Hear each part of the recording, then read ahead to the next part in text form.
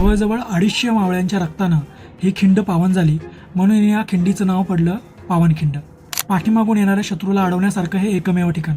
10,000 सैनिक मागून येत होतं आणि खिंडीचं अंतर जवळजवळ 2.5 किलोमीटरचं आहे. त्यामुळे बाजीप्रभूंना जो काही निर्णय घ्यायचा होता तो ह्या 2.5 किलोमीटरच्या खिंडीमध्येच. आणि महत्त्वाची गोष्ट म्हणजे ही की महाराजांना पुढे गेलं की लगेच पोचतील असं नव्हतं. खिंडीच्या पुढे विशाळगडाचं अंतर कमी आहे, पण विशाळगडाच्या पायथ्याशी सूर्याजीराव आणि जसवंतराव हे मराठी योद्धे मराठ्यांच्या विरोधात मोर्ची बांधणी केली होती.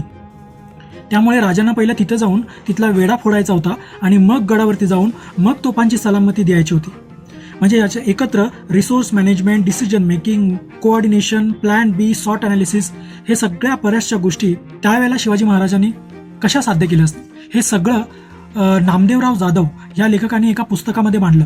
त्या पुस्तकाचं नाव आहे छत्रपती शिवाजी महाराज द मॅनेजमेंट गुरु. ह्याचं पार्ट बी सुद्धा अवेलेबल आहे, ते सुद्धा तुम्ही बघू शकता. पण मी रिकमेंड करेन की त्याची पहिली आवृत्ती तुम्ही नक्की वाचा.